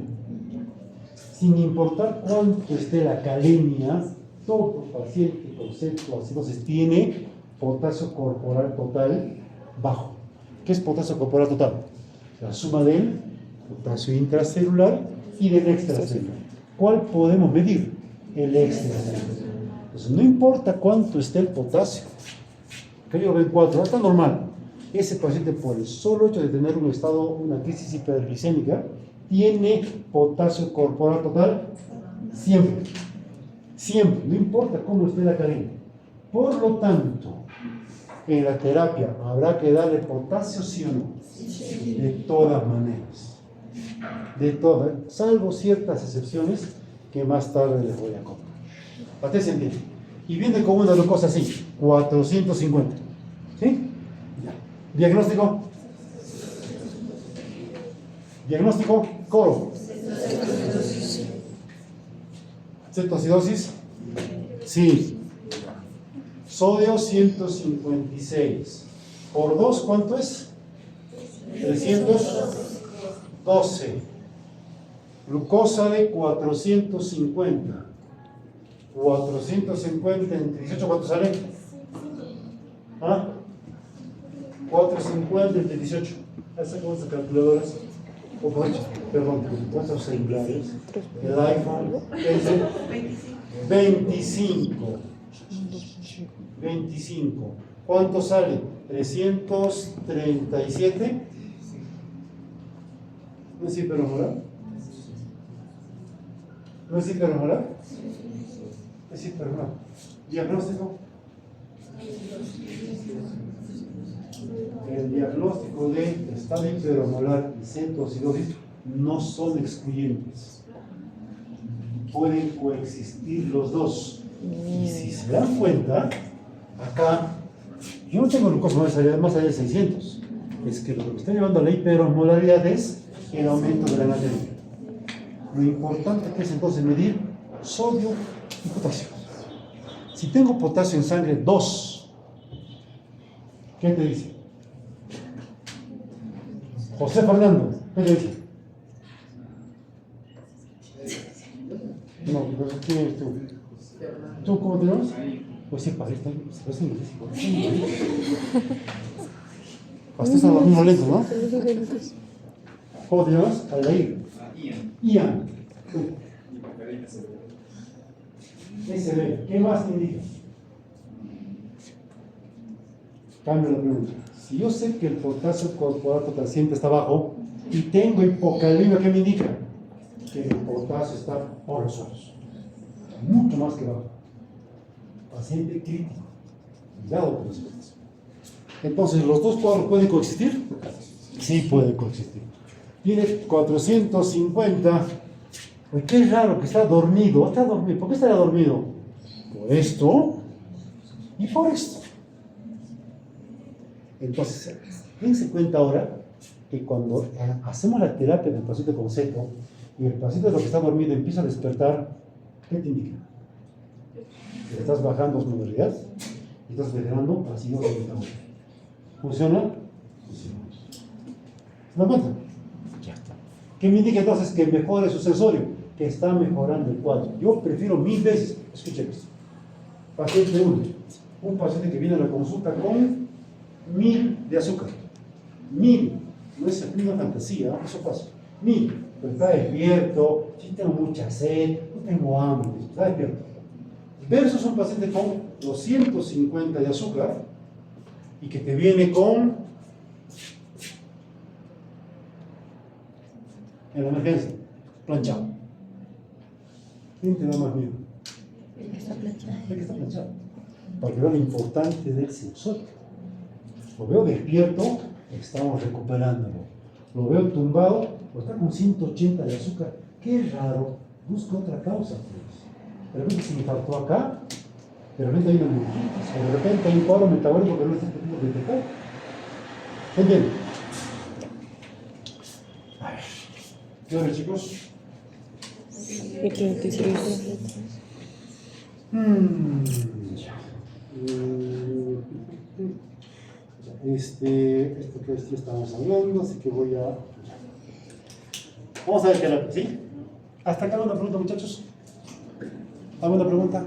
Doctor, ¿en el caso Dime. del bicarbonato se Ajá. corrige o simplemente? Ahora vamos a dar terapia. Esa es una buena pregunta. Déjame que te pregunte después. ¿Alguna pregunta sobre fisiopatología clínica?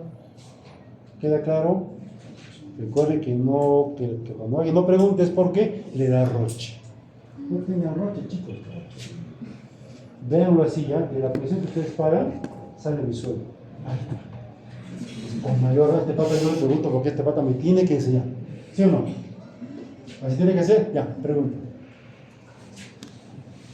Ni así, así. Ni así. A ver, vamos a la terapia. Y la terapia es sencilla, ahora a ver qué pasa. Ahora a ver qué pasa. Número 1. Quiero que aprendan ese ABC. Ese es el manual de terapia en emergencia. Hay que seguir un ABC.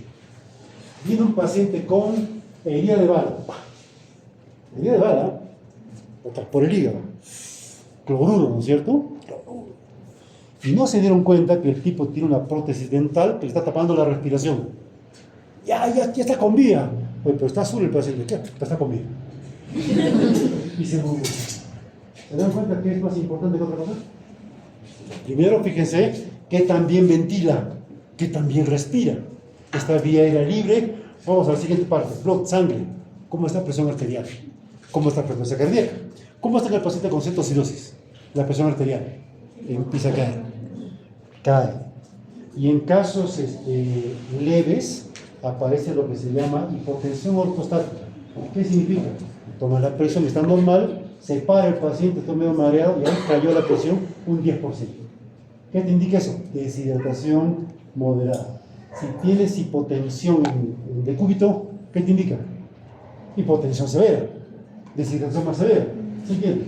Igual pasa con la frecuencia cardíaca. Si yo tengo taquicardia en reposo, me indica más deshidratación. Si tengo frecuencia cardíaca normal, pero cuando me paro, hago taquicardia ortostática, estoy deshidratado, pero no tanto. Véanse con eso. Sé conciencia, porque está inconsciente. Es lo tercero que vas a evaluar. Lo cuarto que vas a evaluar va a ser diuresis. Y acá un capítulo aparte. A ustedes les han enseñado en método clínico, en medicina 1, que cuando un paciente se deshidrata, yo le voy a poner una sonda vesical para ver cómo está la perfusión renal y de acuerdo a eso voy a saber qué tan bien hidratado está. ¿Sí o no? ¿No lo han hecho eso? ¿Qué han hecho entonces? Cuando un paciente está en shock, hay que medir flujo urinario. ¿No les han enseñado eso? Claro. Voy a medir flujo urinario para ver qué tan hidratado está.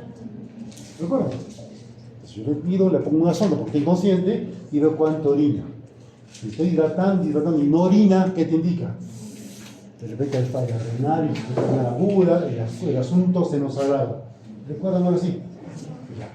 A este paciente que tiene cetoacidosis diabética, le pongo la sonda, tiene poliuria, ¿no es cierto? Orina mucho. Y tú erróneamente vas a decir, está orinando bien, tiene buen flujo urinario, ¿qué tanto se asustan? La ignorancia es atrevida, a veces es bien insólita.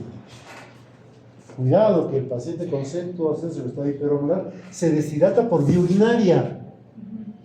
Entonces la cantidad de orina no me dice su flujo urinario. ¿Qué me dice? ¿Qué cosa sí me dice?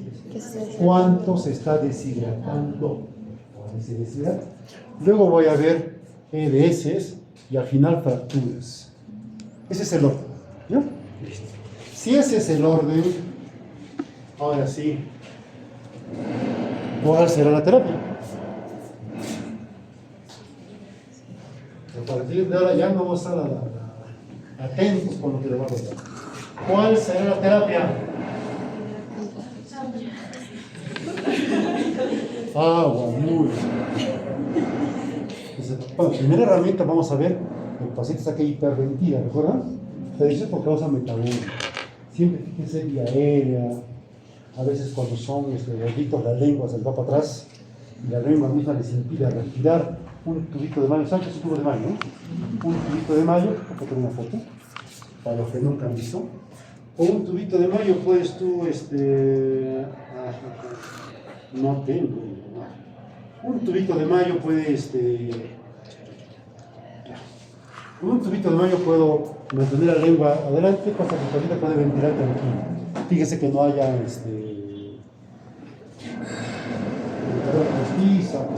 semillas, caramelos. Ya. Número 1, hidratación. Esa es la primera herramienta. ¿No es verdad?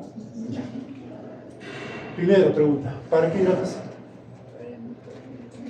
para que mejore la presión arterial, mejore el nivel de hidratación. Con la hidratación puedo lograr que la glucosa baje por simple dilución. Puedo lograr que la glucosa baje. Ajá. Con hidratación puedo lograr que la glucosa baje. Con la hidratación puedo hacer que el pH mejore. Así como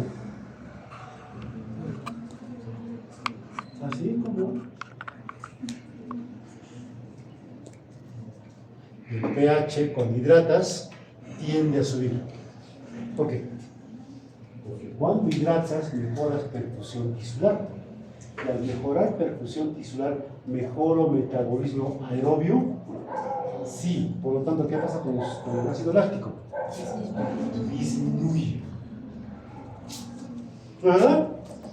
Segundo, cuando doy hidratación y mejora la perfusión tisular, ¿qué pasará con hormonas contrarreguladoras?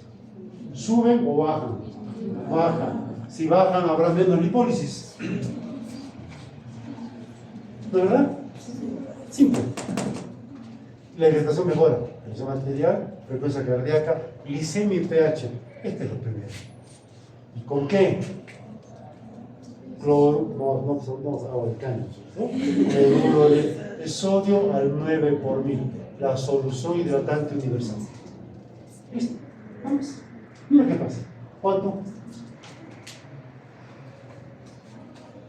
A ver, dice, dele cloruro. ¿Y cuánto, doctor? Dale. ¿Pero cuánto, pues? ¿Cuánto? La guía me dice 1 litro por hora. Así dice la guía. 1 litro por hora. Para vuestra información, que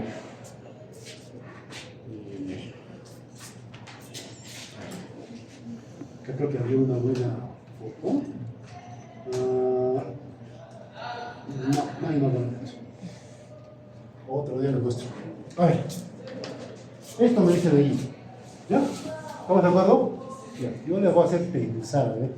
Viene un paciente a la emergencia y viene con una diuresis de 1500 cc por hora. Y yo le doy de hidratación 1 litro por hora.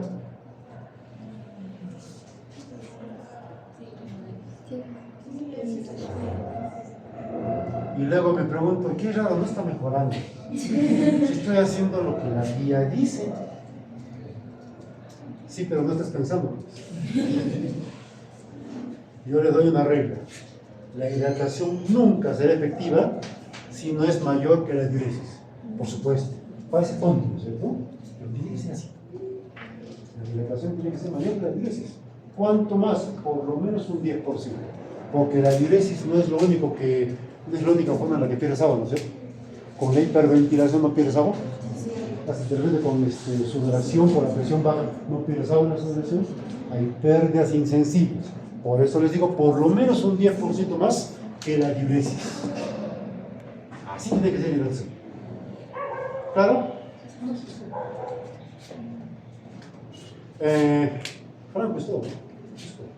Enfermedad de Helio, ¿cuánto he orinado por esto? Entonces, ¿qué significará saber cuánto está orinando? Hay que monitorear. ¿Qué significa monitorear? ¿Cuánto está orinando? Doctor, no lo puto sonda. Póngale sonda vesical para poder monitorizar cuánto orina. Y vas midiendo hora tras hora. ¿Cuánto lleva? 600. Por lo menos 600, por lo menos 660. 700, 800. ¿Cuánto ha orinado? 2000, por lo menos 2200. Es simple. Es simple. ¿Ya? En los hospitales hay bombas de infusión. Y la bomba de infusión es simple, eso sí tengo acá. Es simple usar una bomba de infusión. Esa es la bomba de infusión. Un aparato acá, tú pones el volutrol y acá programas cuántos centímetros cúbicos por hora debe caer el goteo. Es eso. ¿Ya? Pero no siempre hay eso. A veces en el hospital no hay bomba. Y tú ves ahí como algunos colegas empiezan a relajar el interés. No hay bomba de infusión y no hay que darle pesado. Que no hay bomba de infusión. Y Dale, caracho, agua. Pero si no hay bomba, un truco si no hay bomba. Si tú le das 15 gotas por minuto, ¿qué significa esto? Un litro en 24 horas. ¿Listo? Entonces yo le voy a dar, por ejemplo, no sé, se me ocurre 45 gotas por minuto. ¿Qué significa eso? 3 litros en 24 horas. ¿Están entendiendo? Si yo pongo acá 120 gotas por minuto, ¿cuánto es? Hagan la división 120 entre 15, ¿cuánto sale? 8 litros en 24 horas. ¿Cuánto vendrá el paciente en 24 horas? Se me ocurre 4.000. Ah, tengo un balance hídrico positivo. Si no tienes bomba de infusión, utiliza el gotero. Claro, con la bomba es mucho más sencillo porque puedo ver cuánto le he dado, 1500. ¿Cuánto le voy a dar de diuresis? 1600 cc por hora. Más fácil con la bomba, por supuesto. Claro. Pero con el goteo también lo puedo hacer. ¿Vía central o periférica? Idealmente vía central. ¿Contraindica la vía periférica? No. Usen también vía periférica. ¿Preguntas? Dime. ¿Estás en un paciente con anasal? Si está el paciente con anasal que tiene exceso de agua, pero no en el intravascular. Digamos que tendrá un derrame. Anasal que es derrame pleural, ascitis, se llama periférica. Ahí va a ser bien complicado encontrar la vía periférica, va a tener que ser vía central. Y la segunda pregunta es: ¿por qué es anasal? Debe ser por, se me ocurre a mí, hipoalbuminemia. Parte de la terapia será darle albúmina para que ese líquido que está en el extracelular, pero en el extravascular, entre al intravascular. Más complejo. ¿Otra pregunta? ¿Queda claro? Dime. Ahora, buena pregunta. Primer punto. ¿Qué hora, chicos? Segunda herramienta de la terapia. Ahora sí, segunda. Insulina. Ahora sí. Recién pienso en la insulina. Nunca voy a empezar insulina antes de la hidratación. Nunca voy a empezar insulina antes de la hidratación. Puedo empezar al mismo tiempo, pero nunca esto primero. Porque no es lo más importante. ¿Para qué doy insulina? Para la hiperglicemia. Lo que voy a hacer es bloquear hipólisis. Para esto le doy insulina. Obviamente la glucosa va a caer. Lo que yo busco es que tenga bloqueada la hipólisis. Recuerdo que el paciente con 600 de azúcar en la consulta, pero despierto, que así lo prefiero hacer. Y lo que esté despierto. Vamos a bloquear la hipólisis. Cuando yo voy a dar insulina, siempre voy a dar insulina R. Insulina R, que es la única insulina que podemos dar por vía endovenosa.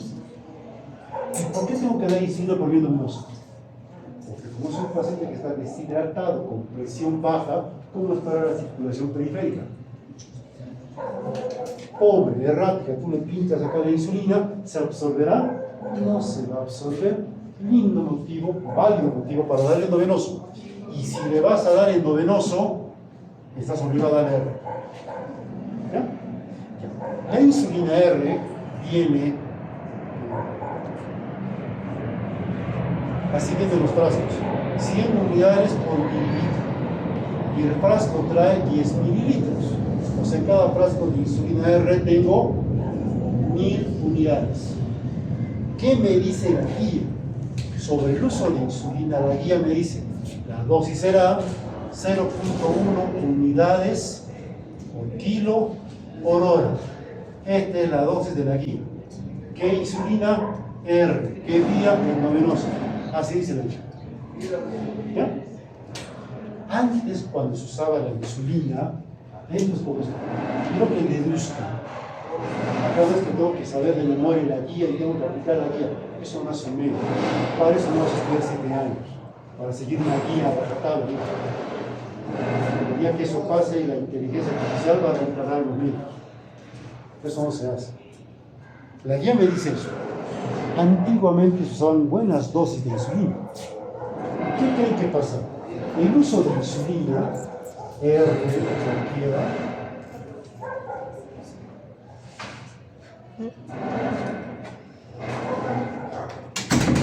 me genera dos complicaciones. Con la insulina le doy para bloquear la hipólisis, pero la glucosa bajará, por supuesto. ¿Qué complicación puede haber? Hipoglicemia. Y eso me va a alterar más el trastorno del sensor. ¿Qué otra complicación hay? La insulina mete el potasio dentro de la célula y esta es una complicación muy severa, hipocalemia. Cuidado con esto. Cuidado con esto. Entonces, antes habían dosis altas y ocurrían estas complicaciones. Y luego sale esta guía se la hago cuando yo era residente. 0.1, porque hay mucha hipoglicemia, mucha hipocalemia. Usaremos 0.1. Como monos de circo, usaremos la guía. ¿Saben qué cosa encontramos? La misma complicación. Esto se llama microdosis de insulina, ¿no? Con lo que se empieza un tratamiento. La terapia en es dinámica. Con esto empiezo tratamiento. Empiezo. Así me dice la guía. Pero hay este riesgo, sobre todo en pacientes latinos. Somos latinos. Más indios que europeos, por si acaso. Si te crees español, vete a España y vas a ver cómo te sudaquean. Esta es la dosis con la que la guía te dice. Y el pata que ha hecho la guía ni conoce qué es el Perú. Nunca pisó Perú. ¿Qué empezamos a hacer? Bajamos la dosis. ¿Saben con cuánto empezamos ahora? A ver, 0.1 por unidad por kilo por hora en un adulto de ¿cuánto pesa, mami? 50 kilos. Tú usarías 5 unidades por hora. Con esto arranco. ¿De verdad? Pero con esta dosis aparece este riesgo. Y recuerdas que solamente quiero una pizca de insulina. ¿Por qué? Porque solamente quiero bloquear la hipólisis. La dosis que usamos en casi todos los hospitales es esta. Una unidad por hora. Una dosis pequeñita. Una microdosis. Una chorrodosis, como digo. ¿Para qué? Con esta pequeña cantidad, con esto voy a arrancar. No estoy diciendo que con esto voy a seguir toda la terapia. Con esto voy a arrancar. Y con esta dosis, ¿qué me aseguro? Que haya menos hipoglicemia, menos hipocalemia. Ese es el objetivo de una dosis pequeña. Con esto arrancas. Y viendo la respuesta, vas modificando la dosis. Le estoy dando para bloquear la hipólisis, ¿no es cierto? Pero el área electrolito no lo voy a hacer cada hora. Eso se hace cada 2 horas, o cada, en el mejor de los casos, cada 3 horas, en los hospitales hacemos cada 24 horas, cada 12, porque nos faltan recursos. ¿Qué cosa puedo medir con más rapidez? Una cosa cuando hablamos de interés. ¿Cuánto, si la dosis es correcta, el paciente deberá tener una caída de la glucosa de 50 miligramos por hora? O si quieres, un 10% por hora. No más de esto. No más de esto. ¿Ves con 1000? Son las 8 de la noche y quiero que estén 100 a las 9. No seas asno. No seas asno. ¿Qué pasa si cae bruscamente la glicemia? ¿Qué pasa con los neuroplasmáticos? Cae bruscamente y puede aparecer una complicación que se llama mielinólisis puntita. Y ahí si tu paciente no se va a despertar. Oye, pero está con 120. Sí. Entonces, si arranca con 1000, por ejemplo, de glicemia, en la primera hora, ¿cuánto debería estar máximo?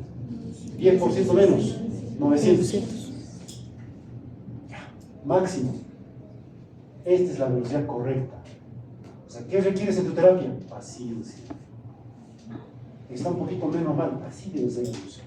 Poco a poco. Claro. ¿Qué otra cosa voy a vigilar? Potasio. Ahora les voy a contar cómo respondemos el potasio. ¿Hasta acá alguna duda? En 1 centímetro cúbico, ¿alguna duda? en 1 centímetro cúbico de insulina hay 100 unidades. Y te voy a dar 1 unidad por hora. ¿Qué es esto? Poquísimo. ¿Cuánto de volumen es eso? Es 0.01 centímetros cúbicos. ¿Le podrás dar esto en 1 hora de forma constante? ¿Se puede o no se puede? ¿Puede? Sí. Difícil. Con la No se botella. puede. ¿Qué hay que hacer entonces? Diluir. Y lo diluyo en un volutrol donde voy a poner 1 centímetro cúbico de insulina R y los otros 99 van a ser cloruro de sodio. Chocolateo. ¿Y cuánto tengo? Cada centímetro cúbico de la solución, ahora tengo 1 unidad. ¿Se entendió? Lo diluí. Y ahora sí voy a dar 1 centímetro cúbico por hora. Eso sí puede ser la bomba de difusión. Hay que dar entonces diluido para poder dar volúmenes pequeños. ¿Ves? Si tú vas viendo que la glucosa no va cayendo a esta velocidad, o cae muy poco, ¿qué haces con la dosis? La vas aumentando, 1.5, luego pasarás a 2, o de repente te quedas en 2. Con esta dosis arrancas, pero no es la dosis permanente. La terapia es dinámica. Y la glucosa va cayendo, que es tu objetivo. ¿Qué pasa cuando, cifra clave, la glucosa llega a 250, 300? Aparece el riesgo de hipoglicemia. Hay que estar midiendo a cada rato de la glucosa, ¿no sé? ¿Se dan cuenta?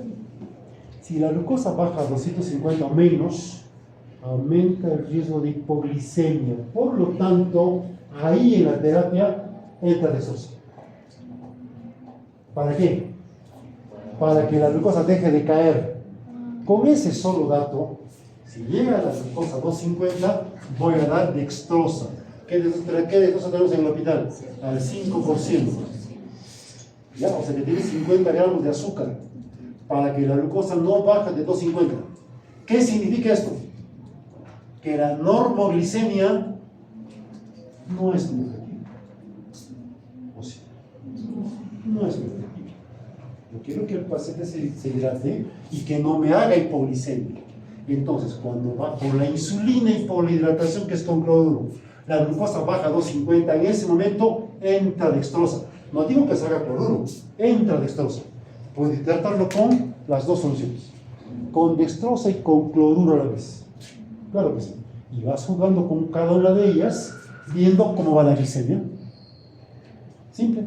No. Nunca se da dextrosa sola. Tienes que darle con agregados. ¿Y cuál es el principal agregado? Voy a borrar. La solución será entonces así: dextrosa al 5% más cloruro de sodio al 20%. Ya no es al 0.9 por mil o 0.9%, es al 20%. ¿Ya? ¿Cuánto? Le doy 2 ampollas. Esta solución, anoten por favor, esta solución trae 3.4 miliequivalentes de sodio por mililitro. Y esta ampolla trae 20 mililitros. ¿Cuántos miliequivalentes de sodio le estoy dando en una ampolla? 68. ¿Y cuántas ampollas le voy a dar? ¿Cuánto de sodio le estoy metiendo? 100. Muy cerca de los 140, que es el sodio normal. Por eso le doy 2 ampollas. Si suponemos que el paciente tenga un sodio de 170, bien alto el sodio, en vez de darle 2 ampollas, ¿qué le daré? Una ampolla. ¿Se dan cuenta cómo voy jugando con los resultados del laboratorio? La terapia es dinámica. Y como también hay que darle potasio, yo le podría añadir dextrosa 5% más, recuerden esta cifra, 3.4. Le puedo dar más cloruro de potasio al 20%. Esta solución me trae 2.7 miliequivalentes por mililitro. Y la ampolla trae 10 mililitros. ¿Cuánto hay en cada ampolla? 27 miliequivalentes. Y luego viene el goteo. ¿Qué goteo, doctor? Doctora, ya, denle a 45 gotas por minuto. ¿Cuánto le está dando? 3 litros en 24 horas. ¿Simple? Es bastante simple. ¿Preguntas? ¿Preguntas? Dime. En cuanto al potasio, si ya el paciente por sí está con una anemia total, por así El decirlo, potasio corporal total el bajo. potasio corporal total está bajo, ¿no sería mejor corregir el potasio antes de comenzar con la terapia? Ahora vamos, ahora vamos. Este es el orden. Cuidado que tú veas potasio en 2. La primera va a dar potasio. No, primero hidratas. Ah, bueno, pero antes de la insulina, se puede hidratar. Ahora viene esa parte. Ahora. ¿Qué hora, chicos? 8. ¿Pasamos 8? Sí.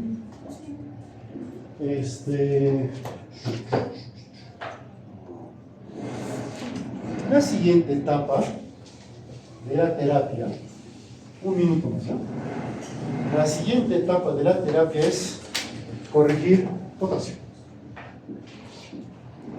Y lo como decía nuestra compañera, con la insulina el potasio puede entrar, por supuesto. Por eso siempre es primero hidratación y luego la insulina. En el potasio, tengan en cuenta estas cifras. Así tiene que estar la calemia. Nunca, así dice la guía, esto es guía. No por debajo de 3.3 ni por encima de 5.6. Si está por debajo de 3.3, ¿qué te dice la guía? La insulina la suspendes. Así te dice. Si está por encima de 5.5, la reposición de potasio la suspendes. ¿Se entendió? Repito, si el potasio está por debajo de 3.3, suspendes insulina porque va a seguir cayendo el potasio. Pero si el potasio está alto, recuerden que siempre le voy a dar potasio, pero si está alta la calemia, más de 5.5, no le doy potasio en eso. Para que no haga ni hipercalemia ni hipocalemia. ¿Sí? ¿Qué hacemos en el hospital? Ojo, esto es lo que yo les voy a preguntar, es la guía. ¿Qué hacemos en el hospital? ¿Qué hago yo al menos? Con 3.3 le voy a quitar, 3.2, le voy a quitar la insulina que me está bloqueando la lipólisis. Yo no hago eso. Pero la guía, ¿qué me pone la guía? Ojo, desde mi punto de vista, mucha gente puede estar en contra de lo que yo digo. La libertad de opinión es válida. Lo que yo hago es, le reduzco la insulina. No le dejo de dar. Y le repongo potasio. Cosa que no pierdo el efecto antilipolítico de la insulina. Yo hago esto. Pero la guía te dice, suspende la dosis. Y lo que yo he visto cuando suspende la dosis, ¿qué creen que pasa con las cetoacidosis? Regresa. Entonces yo prefiero no dar. O mejor dicho, bajar la dosis y no suspender. ¿A cuánto le bajo? A la mitad. Y sigo reponiendo potasio. ¿Cómo se repone el potasio? Las ampollas de potasio vienen como cloruro de potasio, ya les contaba, ¿no es cierto?, al 20%. El potasio nunca se da en bolo. ¿Saben qué cosa es bolo? Agarro la ampolla directo a la vena. El potasio nunca se hace. Nunca se hace. Vas a matar al paciente. Aparte de que das la cebitis. El potasio siempre se da a goteo limpio. Entonces hay que diluir. ¿Cuánto debe requerir el paciente de potasio? Su requerimiento es de ¿cuántos requerimientos diarios de potasio? 2 miliequivalentes por kilo día. Este paciente requiere un poco más. Por ejemplo, 3 miliequivalentes de potasio por día. 3, ¿cuánto pesaba este paciente? 50. ¿Cuánto me sale? Esto es lo que voy a reponer en 24 horas. Con esto arranco otra vez, con esto arranco, depende de la dosis. ¿Cuántos miliequivalentes hay acá de potasio? Recuerden que esta solución tiene 10 cc. ¿Cuánto trae? Ya, dividan 150 entre 27. ¿Cuánto sale? No, 150 entre 27. 5.5 ampollas de potasio, esta solución en 24 horas. ¿No es simple? Estos 5.5, ¿cómo le doy? Dextrosa, ¿no? Más cloruro de potasio al 20%, le doy una ampolla y a 45 gotas. ¿Cuánto sale? 27 por 3. Estoy corto. Voy 2 ampollas. ¿Cuánto sale? 2 por 3, 6. Más o menos. ¿Se dan cuenta? Y vas viendo, hay fórmulas para reponer potasio, hay fórmulas para reponer sodio, fórmulas con las cuales yo no estoy de acuerdo. Porque la mejor forma de ver qué tan buena ha sido tu terapia no es qué tan bien has seguido la fórmula. Depende cuánto se elevó el potasio, cuánto bajó, cuánto está el pH, cuánto bajó, cómo está la glicemia. ¿Qué significa eso? Que hay que estar midiendo potasio, sodio, presión, diuresis, glucosa, pH, bla, bla, bla. ¿Se entendió ahora? Si le doy, por ejemplo, 1 unidad por hora y la glucosa de 500 ha llegado a 550 en el control, aumenta la dosis, porque no le hacen ni cosquilla a la dosis que le hemos dado. Y vas aumentando poco a poco. 50%, o sea, pasas a 1.5 cc por hora. Y así. Si se dan cuenta, es laborioso, pero nada, lo otro mundo. Y si se dan cuenta, cambió el tema. Hasta ahora no entra bicarbonato. El bicarbonato no se usa. ¿Por qué no se usa? Y regreso a la insulina y con esto acabo. Con la insulina bloqueo lipólisis. Listo. Con la hidratación y con la insulina estoy tratando la lipólisis. Por lo tanto, con una buena insulinización y una buena hidratación, ¿qué debería pasar con el pH? Poco a poco debe normalizarse. Sin bicarbonato, no hay que usar bicarbonato. ¿Preguntas? Ahora sí, esta parte ¿entendieron? Es matemático, es simplemente multiplicación, división. Recuerden estas presentaciones, ¿ya? Esta ampolla viene 10 mililitros. Y la otra ampolla viene, ¿dónde está? La ampolla de cloruro de sodio al 20% trae 20 cc y trae por cc 3.4 miliequivalentes. ¿De qué? De sodio. Con esto hacen, eso lo van a ver bastante en pediatría. Los pediatras hacen bastante. Ya chicos.